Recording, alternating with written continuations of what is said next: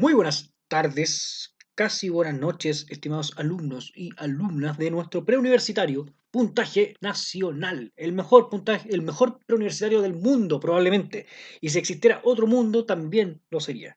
¿Cómo le ha ido? Aprovecho de saludarlos, Millaray, Diego, Aru, Connie, Yayo y a todos los que están conversando, por ejemplo, del transporte de oxígeno. Correctamente, Ezequiel dice que el oxígeno se transporta en la sangre utilizando esta proteína que es la hemoglobina. Pero si pensáramos en la pregunta que hacía originalmente su compañera, perdón, Macarena, debería cruzar por difusión simple. Esta molécula de O2, que es una molécula que está formada por dos átomos de oxígeno, formando un enlace que es covalente apolar, que era lo que recién estaba hablando con los compañeros de octavo básico. Ahora sí, saludo a todos los que están integrándose. Muy buenas tardes. Como siempre, antes de comenzar necesito que me confirmen si es que me escuchan, si es que escucharon lo que acabo de decir del oxígeno. Si es que no, tengo que repetirlo probablemente, porque me ha pasado alguna vez que estoy hablando solo que dejo el micrófono apagado. ¿Ya? Así que con eso iniciamos nuestra clase de hoy, donde vamos a ver preguntas DEMRE. Hoy día tuvo 500 en el ensayo de biología. Bueno, pero se puede, vamos de a poco. Sí, me dice Connie. Muchas gracias por decirme sí. Eh, eh, eh, eh, el ADN ribosomal es el que para la síntesis de proteínas y el que ocupa el ribosoma para la síntesis de proteínas es el ARN mensajero. El a ver. El ARN ribosomal es el que forma a nuestro ribosoma, ¿ya? Y el ribosoma a su vez va a ocupar ARN mensajero para generar proteínas, ¿ya? Y ahí le aprovecho de dar las gracias a todos los que me dicen que se escucha. Me dicen que sacaron poco puntaje, 500 y algo en el ensayo. El ensayo fue el que se publicó con respecto a las preguntas del DEMRE. Resulta que el equipo de puntaje nacional, no crean que somos solamente los profes trabajando, hay más gente trabajando. Este equipo lo que hizo fue mandarme preguntas de este ensayo, de este modelo DEMRE, donde nosotros seleccionamos las preguntas en las que a ustedes peor les fue. Ya me la enviaron hoy y ahora vamos a tener que revisar esas preguntas, aun cuando no hayamos visto esa materia todavía. Vamos a hacer una pequeña explicación de estas preguntas para ver si en una de esas yo los puedo ayudar. Yo todavía no he visto estas preguntas. En una de esas me equivoco con ustedes, puede ser, pero vamos a aprovechar de revisarlas, ¿ya? Por ejemplo, vamos desde el comienzo. Son las que más problemas nos trajeron de acuerdo a las estadísticas que calculan aquí el equipo de puntaje nacional. Ustedes hicieron estos ensayos. Esta que está aquí, pregunta número 1. ¿Cuál de las siguientes hormonas atraviesa la membrana plasmática para unirse a receptores intracelulares? ¿Ya? Las de célula eran fáciles si uno tiene buena memoria. Lamentablemente, me dice Fernanda, si no pasaremos materia hoy, no, vamos a hacer esto. ¿Ya? En una de esas terminamos antes.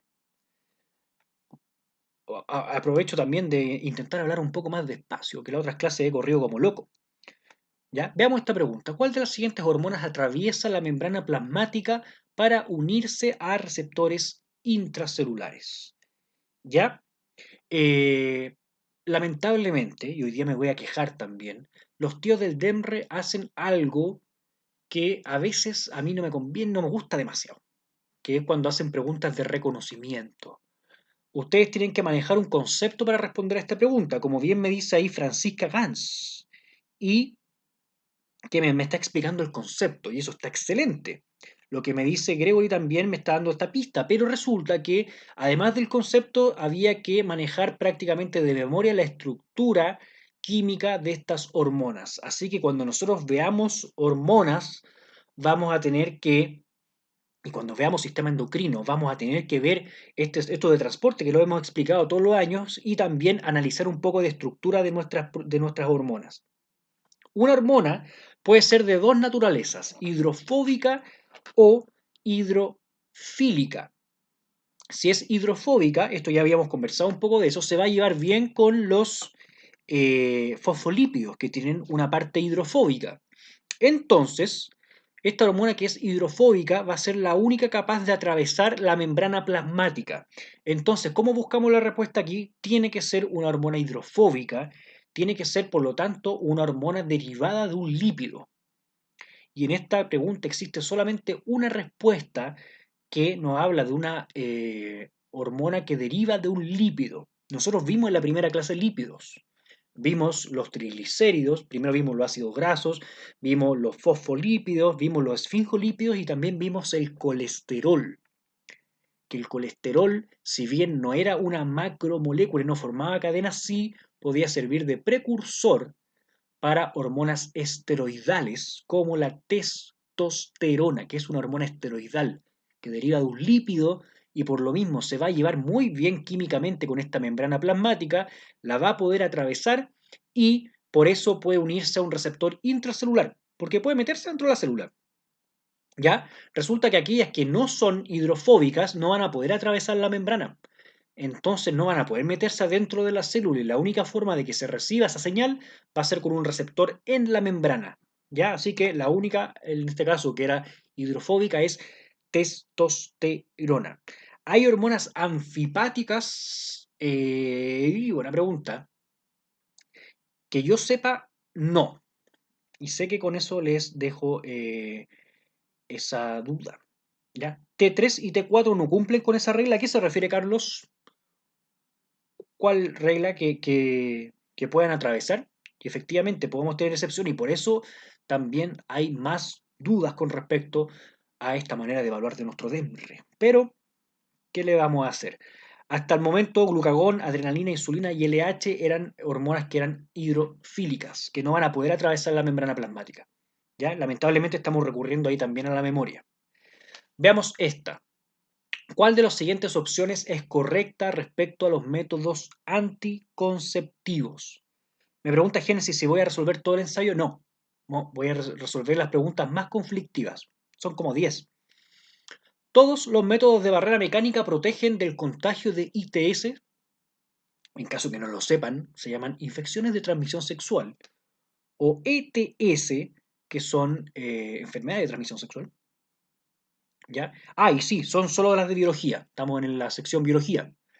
¿Ya? Todos los métodos hormonales tienen el mismo mecanismo de acción. Los métodos de barrera química tienen una mayor eficacia que los dispositivos intrauterinos.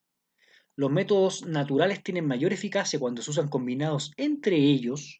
Y la ligadura y corte de oviductos en la mujer es equivalente a la extirpación de los testículos en el hombre. ¿Qué me dicen acá? Sería bueno que uno supiera un poquito en la vida de método anticonceptivo. No solamente para quedar en la universidad, sino para poder controlar algunas cosas en la vida. ¿Ya? ¿Me llega alguna respuesta? También no era tan fácil esta pregunta, hay que reconocerlo. Y, me dice Diego, y me manda el signo de pregunta, no, no es la E.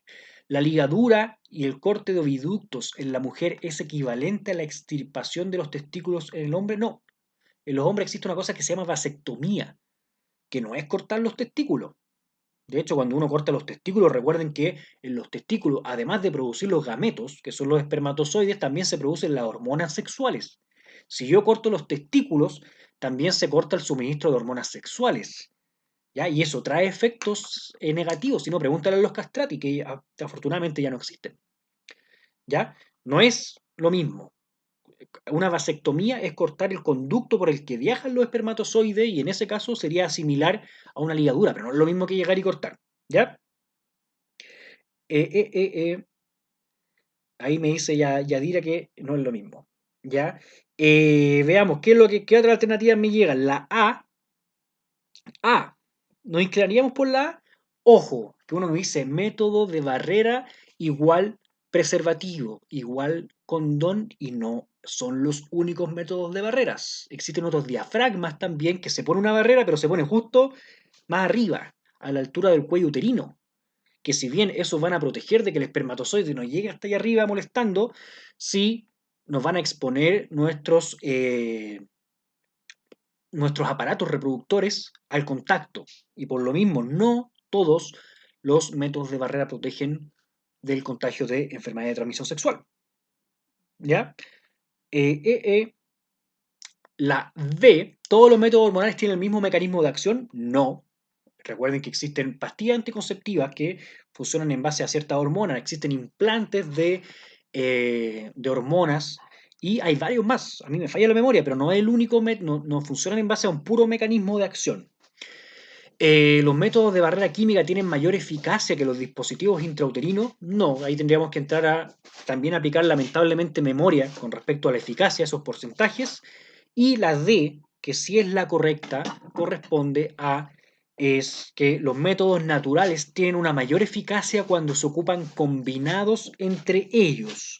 Ojo, ojo, que no nos están diciendo que los métodos naturales tengan una alta eficacia. Nos están diciendo que si los combinamos vamos a tener mayor eficacia. Y eso efectivamente es así. Y de hecho aplicaría con todos los métodos. Si yo combino dos métodos, voy a tener mucha mayor eficacia que si lo ocupo uno solo. Así que era la D. ¿Ya? Ojo con la lectura. Porque uno diría, ya, no voy a ocupar métodos naturales porque son los de menor eficacia. Entonces, si me están diciendo que tienen mayor eficacia, esta no es. Ojo con la lectura. ¿A qué se refiere con mecanismo de acción? Es la manera en la cual producen los efectos, ¿ya? Hasta el nivel de profundidad que nosotros queramos. Normalmente, si estamos en una prueba de biología, tenemos que ya llegar a hablar de cómo funciona la hormona. Así que en ese caso sería solamente la alternativa D, ¿ya? Ojo con eso, que la primera lectura uno no se iría por ahí. Uno diría, no es esa. ¿Ya?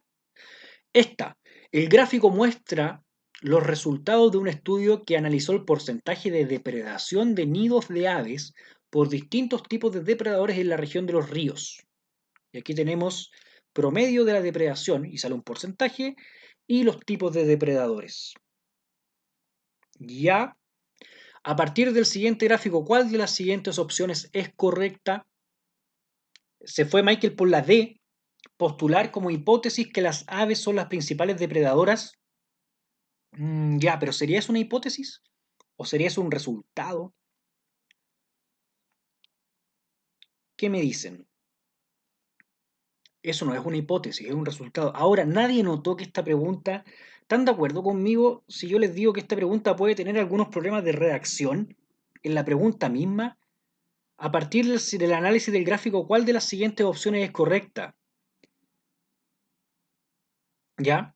No, yo me hubiese gustado redactarlo de otra manera, pero tenemos que, ¿cuál sería una hipótesis correcta? Deducir que los nidos observados fueron artificiales, no tengo cómo saberlos. No tenemos cómo saberlo. Inferir que los insectos no fueron considerados en este estudio, tampoco, ¿cierto? Porque en realidad pueden estar siendo considerados en este grupo que dice desconocidos.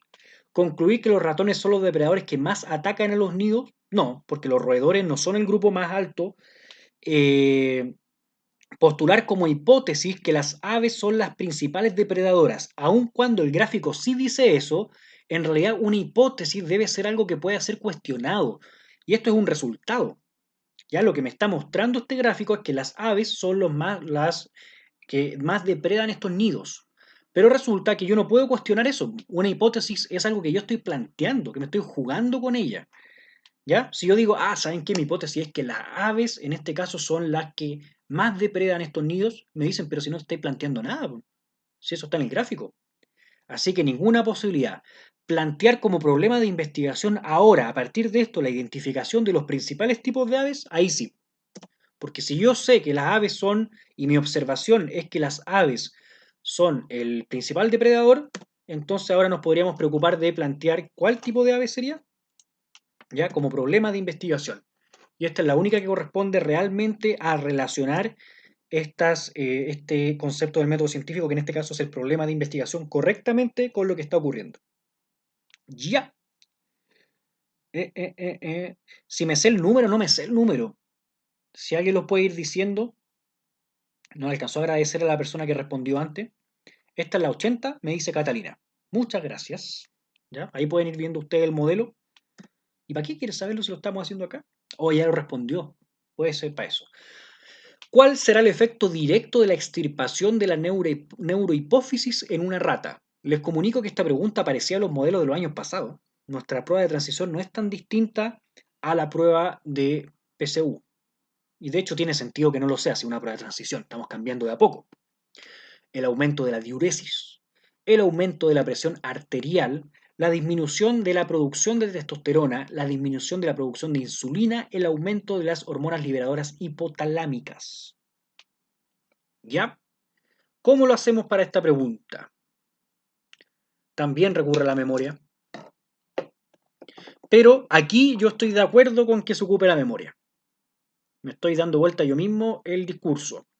Resulta que tenemos un órgano chiquitito que se llama hipófisis, que está en nuestra cabeza, que tiene dos zonas. ¿Ya? Es como un poroto que está disparando hormonas para todos lados y que es muy importante, que también se llama pituitaria, en caso que lo encuentren así en algún libro. La hipófisis tiene dos sectores, la neurohipófisis y la adenohipófisis, y tienen distintas hormonas que van a secretar cada uno de los sectores. Lo que yo les recomiendo para la memoria es que primero entiendan el eje hipotálamo, hipófisis y lo que venga después. Ese es un eje que siempre va a estar conformado por tres glándulas. Primero el hipotálamo, después, hipotálamo está por acá, después la hipófisis y después la glándula que controlen. Por ejemplo, puede ser las suprarrenales. Entonces va el hipotálamo a mandar a la hipófisis y la hipófisis a la suprarrenal. ¿Ya? El hipotálamo, por ejemplo, a nuestras gónadas, que también son glándulas endocrinas, se va a controlar desde el hipotálamo a la hipófisis y de la hipófisis a las gónadas. Entonces nosotros empezamos a entender un poco de la función de la hipófisis, que está como entre medio de un eje. ¿Ya? El tema es que parte de ese eje participa la adenohipófisis, que es el otro lado de la hipófisis. Y ahí hay varias hormonas que salen. Pero en la neurohipófisis tenemos dos hormonas solamente. Y sería bueno que esas las pudiéramos aprender de memoria porque así nos aprendemos las de la neurohipófisis y las demás las empezamos a tener como dando vueltas de reojo. ¿Ya?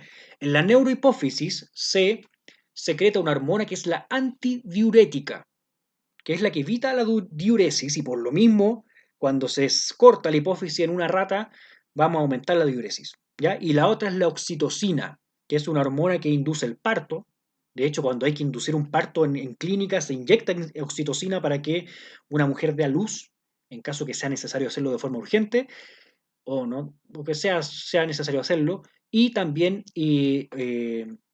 aumenta la secreción de leche. Entonces, en este caso es la A. ¿Ya? Ojo con eso. Y ahí tenemos la lista de las hormonas de la neurohipófisis y la adenohipófisis. Las de la adenohipófisis son más. Por eso yo les recomiendo que se aprendan la de la neurohipófisis. Antidiurética y oxitocina. Y después, mirando de reojo en la otra, de repente se van a dar cuenta, por ejemplo, que están funcionando la adenocorticotrófica, la tiroestimulante y las gonadotropinas están funcionando como partes de estos ejes que yo les digo. Van a terminar controlando a la corteza suprarrenal, a la tiroides y a las gónadas. ¿Ya? Ojo que ahí lamentablemente hay que aplicar memoria. ¿Diuresis es orina? Sí, es la secreción de orina. ¿Ya? La cantidad de orina. Diuresis es la retención de la orina.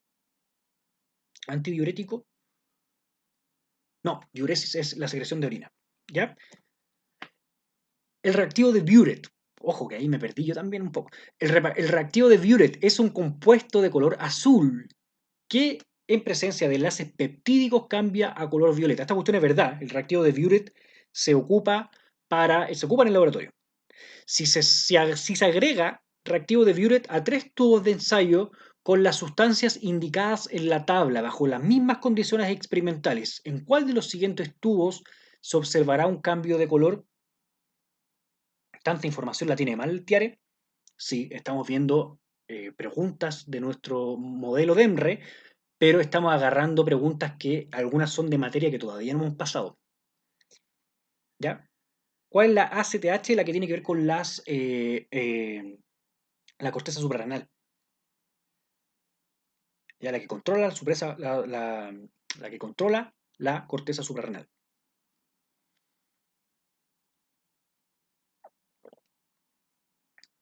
Mm, mm, mm. Carlos se la juega con la D. Nunca le pasaron esto en el liceo y lamentablemente nuestra PSU tiene un temario distinto al que tiene en nuestro colegio. Les tengo que confesar eso.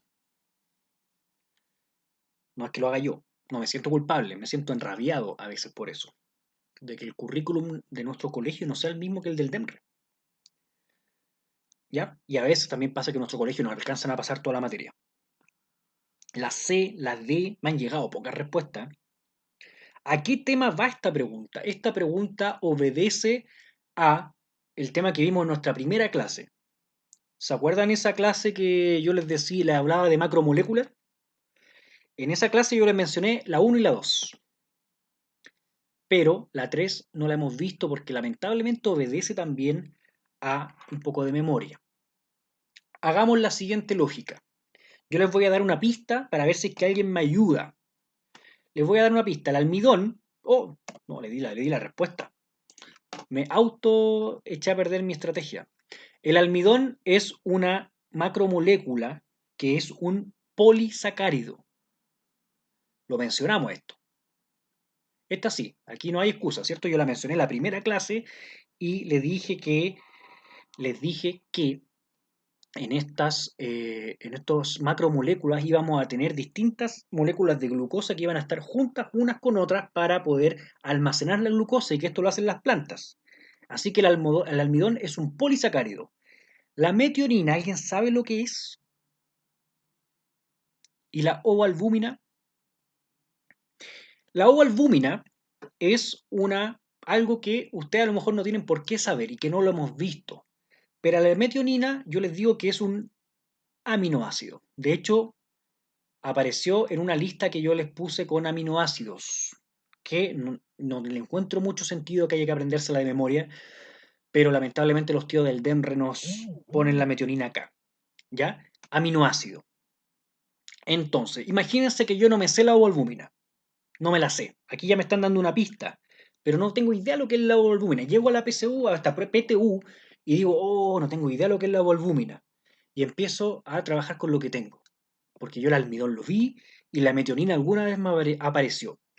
¿Qué es lo que me está diciendo esta pregunta? Que el reactivo de Buret, que es un reactivo que de verdad se ocupa en el laboratorio, cambia de color cuando nos encontramos, ojo, con los enlaces peptídicos. Los enlaces peptídicos son los que forman las proteínas, son los que están uniendo a los aminoácidos. ¿Ya? Entonces, si yo tengo dos aminoácidos juntos, hay un enlace peptídico y de verdad el reactivo de Buret se pone azul cuando pilla ese enlace peptídico. Entonces, si yo estoy hablando de un almidón, que es un polisacárido, ¿estoy hablando de una proteína? Nada que ver. Estoy hablando de un carbohidrato que es un polímero de repeticiones de glucosa. Es imposible que ahí hayan enlaces peptídicos porque no hay proteína, no tiene nada que ver con una proteína. El aminoácido, el aminoácido, si bien forma las proteínas, si el aminoácido anda suelto, como hay en este caso que es metionina suelta, no va a estar formando enlace peptídico con nadie. Entonces el reactivo de Buret tampoco nos va a detectar nada. Entonces, por descarte, aun cuando yo no sepa que la ovoalbúmina es una proteína, porque lo es una proteína que está presente en el huevo, ¿ya? Por eso se llama ovoalbúmina, y es una proteína que está formada de aminoácidos y esos aminoácidos están unidos por enlaces peptídicos. Ahí me sopla algo Yadira, que la metionina es el primer aminoácido de cualquier proteína, porque nosotros tenemos un codón de inicio, que es algo que vamos a ver más adelante también, ¿ya? Ojo, ojo, miren lo que me acaba de decir Yadira, que es súper importante. Ella se acordó que la metionina es el primer aminoácido. Lo sabe ella porque se aprendió en algún momento el código genético. Lo pasamos, eso se pasa en el colegio. Hay una tabla que nos dice que tenemos distintos codones que se traducen a un aminoácido. Y de ese siempre hay un codón de inicio que siempre me va a generar un aminoácido que se llama metionina. Ojo, que nuestro temario ahora, hay mucha gente que me dice, profe, ahora no entra material genético y no tengo que aprenderme eso. Y efectivamente, si somos estrictos con el temario, no hay que aprendérselo. Pero Yadira probablemente hubiese reconocido a la metionina por haber aprendido eso. Entonces, créanme, ténganme fe cuando yo tome la decisión de decirle a veces, vamos a pasar esto, aun cuando lo hayan sacado. ¿Ya? Porque hay herramientas que sí son útiles. En teoría, siendo súper estrictos, a lo mejor no entra material genético, pero si yo con eso me podría haber reconocido a la metionina y haber sabido que la metionina es un aminoácido. Así que confíen en mí un poquito, les pido ese voto de confianza para que en las próximas clases podamos ver materia que a lo mejor sí nos puede servir. Ya la ovoalbúmina, la única proteína, era el único de estas moléculas donde se forma un enlace peptídico. Así que solo 3. ¿Ya? Catalina Riquelme. Acabo de leer su comentario. Tenemos una prueba de selección, que nosotros la podemos criticar como instrumento. Efectivamente, hay cosas con las que yo no estoy de acuerdo. Pero lo que más rabia nos da con el DEMRE es que lamentablemente el trabajo que hacen lo tienen que hacer, según mi opinión. Lamentablemente. En la próxima clase nos vamos a pasar material genético, nos vamos a acotar el material genético. Nos vamos a pasar igual, aun cuando en teoría no entre, pero necesitamos entender un contexto. ¿Ya? Y lo vamos a pasar de forma abreviada para empezar a hablar también de cómo se organiza el material genético. ¿Ya? Esta pregunta. Los gráficos muestran las variaciones en la glicemia, el gráfico 1, y la insulinemia, gráfico 2. En caso que ustedes no lo sepan, la palabra emia obedece a el nivel en la sangre de, en el caso de la glicemia, es el nivel en la sangre de la glucosa. En el caso de la insulinemia es el nivel en la sangre de la insulina. ¿Ya? Entonces, aquí nos está mostrando el nivel de glicemia, el nivel de glucosa en la sangre y el nivel de insulina en la sangre en dos gráficos distintos en ratones. Luego de ser sometidos durante 9 semanas a una dieta baja en grasas y a una dieta alta en grasas. No es que llevemos a los ratones al McDonald's, yo he visto cómo se hace esto y efectivamente se compran unos pellets que vienen altos en grasas. Y con eso se alimentan. Del análisis del gráfico, ¿cuál de las siguientes inferencias es correcta? La dieta baja en grasas produce hipoglicemia. La hiperglicemia eleva los niveles plasmáticos de lípidos. Tanto la dieta baja en grasas como la alta en grasas producen hiperglicemia. La secreción de insulina es inversamente proporcional a los niveles de glicemia. Y la dieta alta en grasas puede producir el desarrollo de diabetes tipo 2.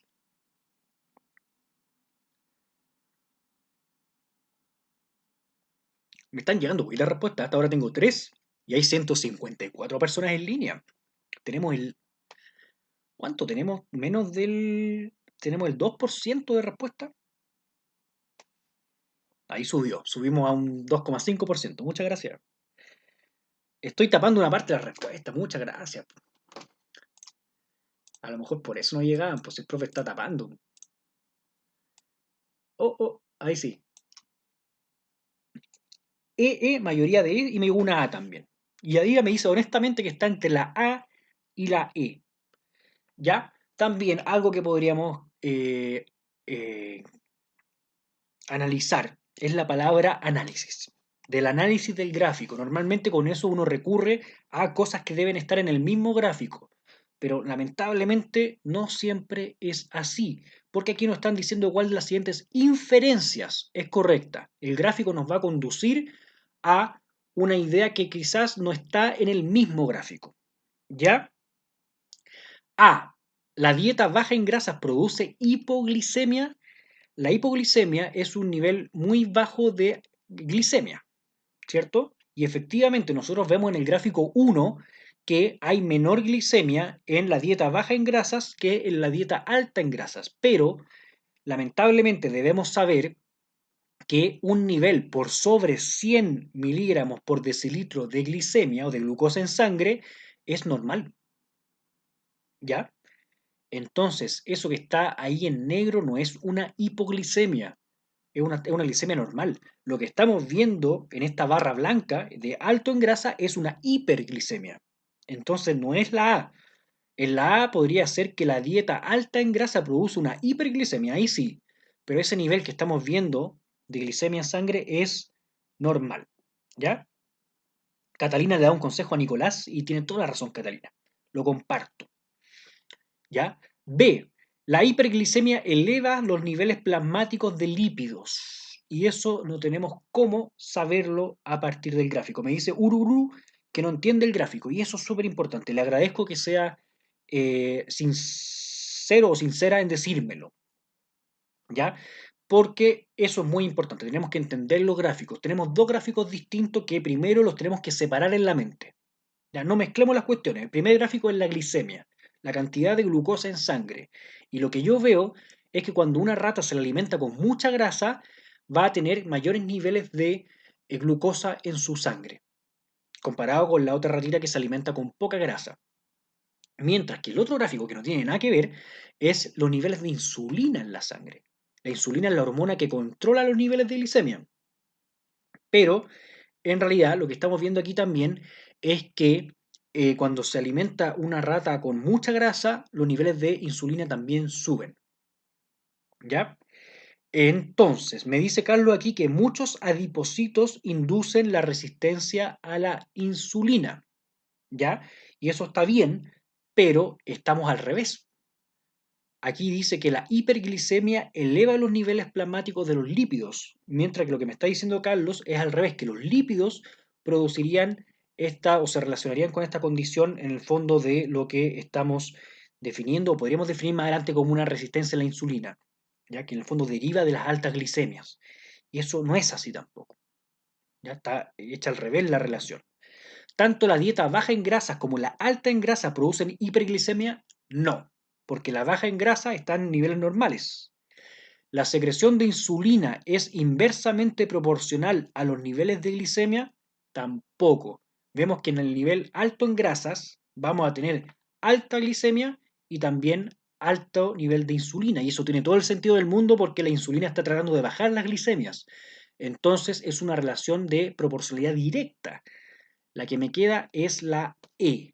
Prácticamente por descarte, aquí empieza a valer esta palabra que es inferir. La dieta alta en grasa puede inducir el desarrollo de diabetes tipo 2. La diabetes tipo 2 es una diabetes donde en realidad las células dejan de responder a la insulina.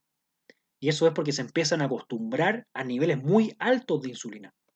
Cuando una persona come de forma muy descontrolada o tiene mala salud alimentaria, estamos comiendo mucho, probablemente estamos teniendo altas glicemias y eso obliga a que nuestro cuerpo esté normalmente con tasas de insulina muy altas. Lo que pasa con las células a nivel de receptores es que chiste repetido sale podrido. Cuando le tiramos muchas veces una señal, después de un rato se empieza a cansar. Entonces deja de responder a esa señal. ¿Ya? Si yo estoy dando mucha insulina constantemente, después de un tiempo los receptores que responden a esa insulina se desensibilizan, de hecho esa es la palabra, y vamos a tener que ellos dejan de responder y se desarrolla primero esta resistencia a la insulina que después, cuando ya se vuelve más grave, se transforma en diabetes tipo 2. Ya no era una pregunta fácil tampoco. Ojo que estamos seleccionando las más difíciles, por eso estamos a lo mejor con un ensayo que es complicado. ¿Ya? Estas son las que más problemas trajeron, las que peor desempeño tuvieron nuestros queridos alumnos en nuestros ensayos. Así que por eso estamos viendo las más difíciles. No se sientan mal si que están muy perdidos, porque hay un montón de preguntas que a lo mejor hicieron bien que no las vamos a ver hoy día. ¿Ya? Una enfermedad genética se debe a la presencia de un alelo alterado que es dominante con respecto al alelo normal. ¿Cuál de las siguientes afirmaciones es correcta con respecto a los gametos producidos por una persona que presenta el alelo alterado y el normal? ¿Ya? Todos los gametos tendrán solo copias del alelo normal. Todos sus gametos tendrán solo dos copias del alelo alterado. La mitad de los gametos tendrá el alelo normal y la otra mitad el alelo alterado. Todos los gametos tendrán una copia del alelo normal y del otro alterado. Y, muchas gracias que me dicen que estoy tapando de nuevo. Ahí sí. La mitad de los gametos tendrá copias de ambos alelos y la otra mitad no tendrá copias de este gen. ¿Qué me dicen acá? ¿Estará más abordable o no? Michael me dice que es un alelo. No, perdón, tiene toda la razón, es una pregunta válida. Un alelo todavía no lo hemos visto. ¿Ya? Que me dice partimos mal. El alelo es, en el fondo, este sector de los genes que va a tener la codificación para este gen. Y una explicación que es un poco más complicada porque nosotros la vamos a ver cuando veamos genética mendeliana. ¿Ya? El alelo es la versión que va a tener cada cromosoma de ese gen. ¿Ya? Si bien los dos están representando el mismo gen, no necesariamente van a ser iguales la información que tienen ahí. Entonces, nosotros tenemos aquí una persona que tiene un alelo alterado y un alelo normal. ¿Cómo se llama esa condición de tener un alelo de un tipo y otro alelo de otro tipo? A ver, dedo rápido, ¿quién es el más rápido en responderme? ¿Cómo se llama esa condición cuando yo tengo un alelo de un tipo y otro alelo de otro? Nadie, me están tirando la C, me están tirando la D, principalmente la C, y a ver si alguien me llega con la respuesta. A mi pregunta, no a la pregunta del nombre. Si yo tengo dos alelos iguales, me llamo homocigoto, y como bien me dice aquí Rocío, Fabián, Gregory, Dani y Diana, heterocigoto es el que tiene dos alelos distintos. Es decir, que en los pares de cromos, nosotros tenemos pares de cromosomas. En esos dos cromosomas vamos a tener dos versiones distintas del mismo gen. Por eso es heterocigoto. Y en este caso tenemos una persona que tiene un alelo alterado y uno normal. Cuando se formen los gametos en la gametogénesis, producto de la meiosis, vamos a tener una gonia, que en este caso no nos dice si es hombre o mujer, así que no podemos saber si es una ovogonia o una espermatogonia, que es diploide, que tiene los dos alelos, ¿cierto? El normal y el alterado. Y cuando se genere la meiosis, vamos a llevar a cabo este proceso de división, donde en la meiosis 1, particularmente en la metafase 1, va a generarse esta permutación cromosómica, donde se va a elegir, como una repartija de cartas, cuál de los dos alelos se va a llevar cada una de las células que se genera ahí. ¿Ya? Y eso, en el fondo, va a repartir un alelo alterado a un gameto y un alelo normal a otro gameto. Y después la meiosis 2, esa cuestión se vuelve a repetir, se vuelve a duplicar. En realidad vamos a tener 4, donde la mitad de los gametos tendrá el alelo normal y la otra mitad tiene el alelo alterado. ¿Ya? ¿Cuál sería el recesivo ahí? El recesivo en este caso sería el normal, porque nos dicen que la presencia de un gameto alterado es dominante respecto al normal. ¿Ya? Estamos relacionando harta materia acá. Ojo, todo esto lo vamos a ver más adelante. Meiosis y genética mendeliana. Así que aguántenme un poco, es para que podamos trabajar sobre estos ejercicios. Esta estaba más abordable. Y con esta pregunta yo no tengo ningún reparo. Esta otra.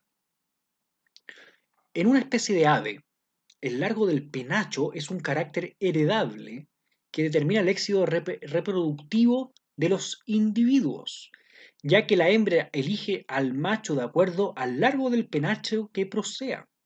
Miren, la tabla siguiente muestra el número de individuos en distintas generaciones de acuerdo al largo del penacho. Y ahí tenemos una tabla. Estamos viendo aquí si es que ustedes saben o no entender esta tabla. En base a los datos anteriores, ¿qué fenómeno habría ocurrido en esta especie? Pregunta de evolución, también de lectivo. ¿Qué pasa en esta tabla? Y uno dice, oye, que son superficiales las aves. No crean que el ser humano es muy distinto.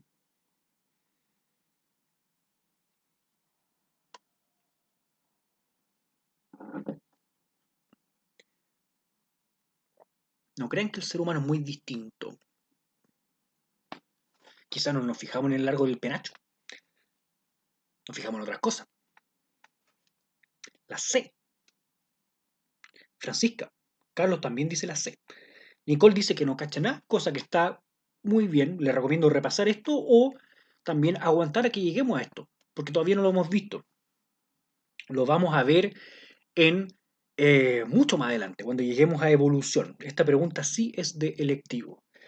Nosotros tenemos distintos tipos de selección y de hecho ya de inmediato empezamos a darnos cuenta que hay un fenómeno de selección acá, porque vemos que hay cambios en la conformación de esta población. ¿Ya? Por ejemplo, de acuerdo al largo del penache, las generaciones 1, 15 y 30, después de que se reprodujeron muchas veces, cambian su distribución. ¿Ya? En el caso de los pajaritos que tienen un penacho chiquitito, van a ir disminuyendo. Los que tienen un penacho mediano también van a ir disminuyendo. Y los que tienen un penacho grande van a ir aumentando. ¿Ya? Que serían como los que tienen bonitas zapatillas o los que se visten bien en nuestra especie. O los que bailan bien. Entonces, vamos a tener esta situación donde un rasgo que en un comienzo no era mayoritario. Nosotros vemos que en la generación uno los que tienen un rasgo, que en este caso es el penacho más grande, son los menos.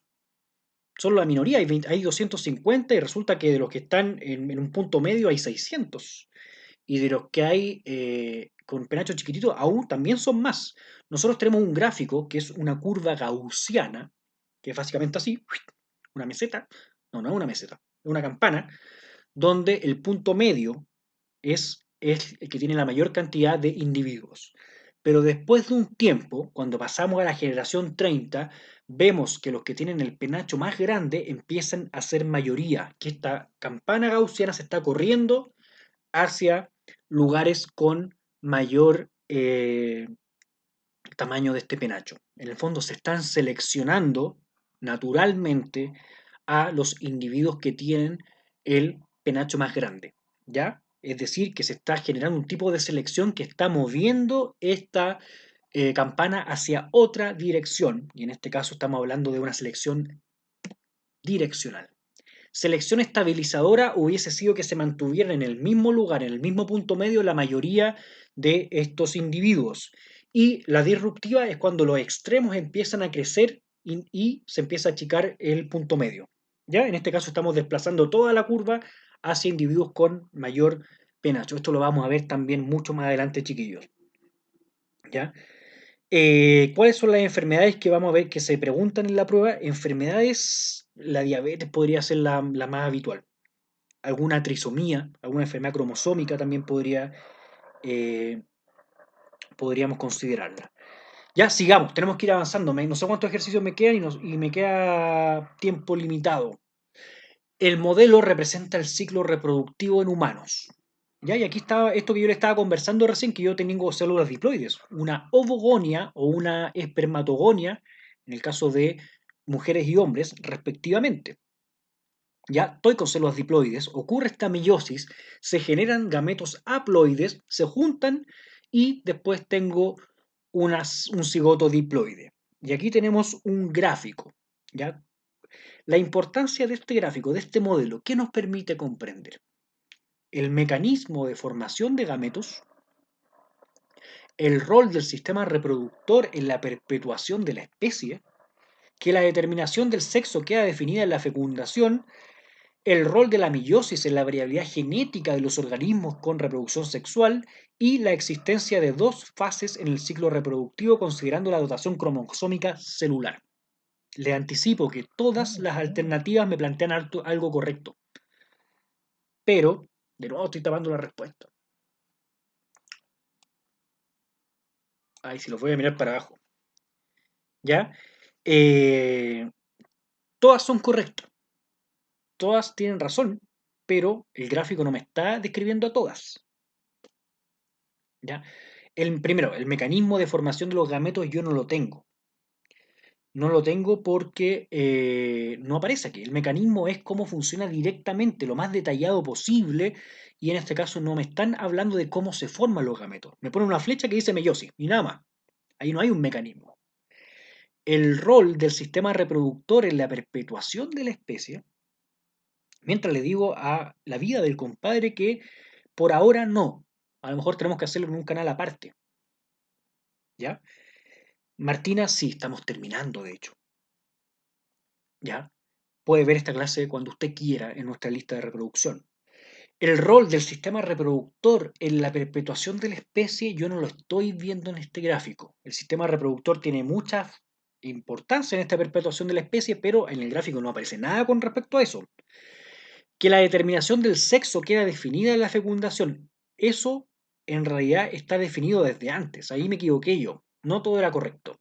La determinación del sexo queda definida cuando el espermatozoide se genera. ¿Ya? Cuando ocurre esta meiosis en la espermatogonia, que genera dos espermatozoides, uno que va a tener el X y otro que va a tener el cromosoma Y. ¿Ya? Y de ahí cuál de los dos fecunda es el que determina la determinación del sexo. Pero bueno, también podría ser, en realidad. Bueno, pero no es esa, porque eso no está expresado en nuestro gráfico. El rol de la meiosis en la variabilidad genética de los organismos con reproducción sexual. Si bien aquí aparece la meiosis, no nos habla en ningún momento de la variabilidad genética y la existencia de dos fases en el ciclo reproductivo, considerando la dotación cromosómica celular. Y ahí sí estamos de acuerdo, porque nos habla de una fase haploide y una fase diploide. Una fase donde yo tengo copias, tengo dos pares de cromosomas, y una fase haploide donde tengo cada cromosoma de forma individual, independiente. Así que ahí estamos de acuerdo, es la E, alternativa E. ¿Ya? Casi todos estuvimos de acuerdo ahí. Esa sería, ahí estamos de acuerdo. ¿Qué clase viene ahora? Creo que ninguna. Creo que ya estamos listos. Ya, ahí se nos acabó nuestras preguntas de ENREM. Terminemos las que quedaron de la clase pasada. No alcancé a verlas. ¿En qué se diferencia el proceso de citólisis del proceso de turgencia que experimenta la célula? La citólisis ocurre en células animales. La citólisis ocurre en células vegetales. La citólisis ocurre en situaciones hipertónicas. Alcanzamos a ver esto, ¿no? Ojo, les pido por favor que tengan paciencia y no se desmoralicen si es que nos fue mal con estas preguntas. De hecho, elegimos las preguntas más difíciles, las que más nos había costado, y más que resolverlas el día de hoy, yo quiero hacer una sinopsis, una especie de tráiler de lo que se nos va a venir durante todo este año con las clases, porque toda esa materia la vamos a ver en algún momento, ¿ya? Así que confíen en mí y tengan paciencia. No se desesperen, no se desmoralizan y lo que sí tienen que tener es paciencia porque vamos a ver eso durante todo el año y aquí es la constancia la que gana. Esto es una maratón, no es una carrera a 100 metros planos. No es el compadre que se pone a ver como loco ejercicio en diciembre o se pone a hacer ejercicio, se pone a ver todas las clases en un día. No, lamentablemente no es así. Ya, los ensayos se pueden volver a hacer, sí, creo que sí. Por favor, sigan mi consejo de la constancia. Todos aquellos que empiezan a decir, estas clases las voy a ver después, y en noviembre las retoman en diciembre y se vuelven locos, lamentablemente no se obtienen los mejores resultados así. ¿Ya? La citólisis ocurre en las células animales. ¿Se rompen las células en las células animales? Sí, porque no hay membrana, no hay pared celular. ¿Ya? La citólisis no ocurre en las células vegetales porque ahí sí hay una pared celular cuando estamos reteniendo, en el fondo estamos conservando esta estructura completa. La citólisis ocurre en soluciones hipertónicas. En una solución o en un medio hipertónico va a salir el agua para intentar bajar la concentración del medio, aun cuando es muy probable que no lo logremos o no lo logre la célula, pero va a salir el agua y eso se va a empezar a chupar y eso se llama crenación. Así que si no me equivoco debería ser solo uno, ya A. Así que deberíamos estar de acuerdo con esa.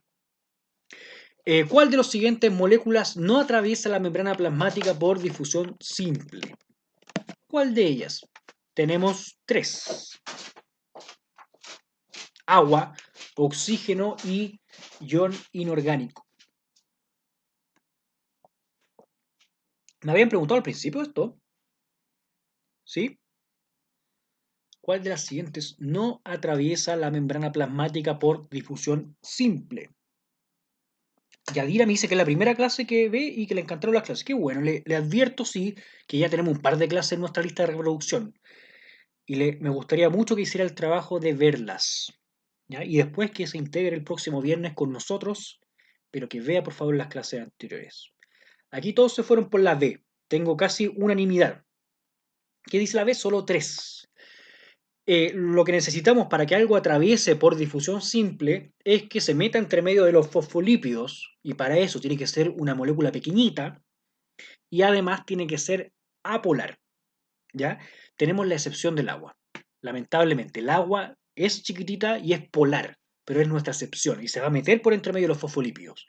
Y además vamos a poder meterlas por unos canales que se llaman acuaporinas, pero atraviesan la membrana por difusión simple, el agua sí, es una excepción. El oxígeno, cuando está en la naturaleza, es una molécula que está formada por dos átomos de oxígeno. El oxígeno casi nunca anda dando vueltas solo en el mundo, en el universo. Casi siempre está junto con otro átomo de oxígeno por enlaces covalentes, un enlace doble, y tenemos una molécula de oxígeno que se llama O2 que es apolar. Y es apolar porque tienen la misma electronegatividad. Entonces, tenemos que el oxígeno es apolar y es pequeño y se va a meter por entre medio, así que atraviesa. Y nos queda por descarte la 3, que son los iones inorgánicos. Dijimos que los polares no van a atravesar la membrana plasmática y los que tienen carga menos. ¿Ya? Tener carga es aún más incompatible con los hidrofóbicos de lo que ya lo son los apolares, los polares, perdón. ¿Ya? Connie me dice que vio la primera clase y vi las otras atrasadas. Muchas gracias, Connie. Espero que se integre con nosotros, ¿ya? Y que sigamos avanzando. ¿El agua atraviesa por filtración? No, por difusión. Difusión. Así que estamos con la B. Ya, esas fueron nuestras preguntas del DEMRE, y vimos hartas preguntas. No se desmoralicen, ese es el consejo. No quiero repetir tanto lo mismo, pero que es importante. Estamos trabajando de a poco. Esta cuestión, estamos en los primeros meses del trabajo que estamos haciendo. No les puedo prometer cosas instantáneas. Necesitamos que estemos trabajando aquí y siéntanse cómodos en estas clases. Ese es mi consejo. Que esta cuestión no sea una tortura. Yo sé que hablo rápido, pero no quiero torturarlo. Tienen que aprender a disfrutar aquí. Tómense un matecito si es que les hace falta, para que puedan, en el fondo, acostumbrarse a muchas clases que van a tener para poder sacar esta prueba adelante. Algún libro bien completo en cuanto a contenidos, el Solomon o el Salomon, que es una reedición del Bilé, libro de biología muy, muy bueno. Y yo nunca, jamás, nunca le voy a recomendar que piratee, y mucho menos cuando se puede piratear en internet y cualquiera puede hacerlo. ¿Ya? Yo no puedo recomendar que haga eso, pero si usted lo encontrara en internet, en una página que se llama bookmedicos.org, va a poder descargar un par de libros. Le recomiendo que no lo haga. ¿Ya? Ese es mi consejo. Solomon, de biología.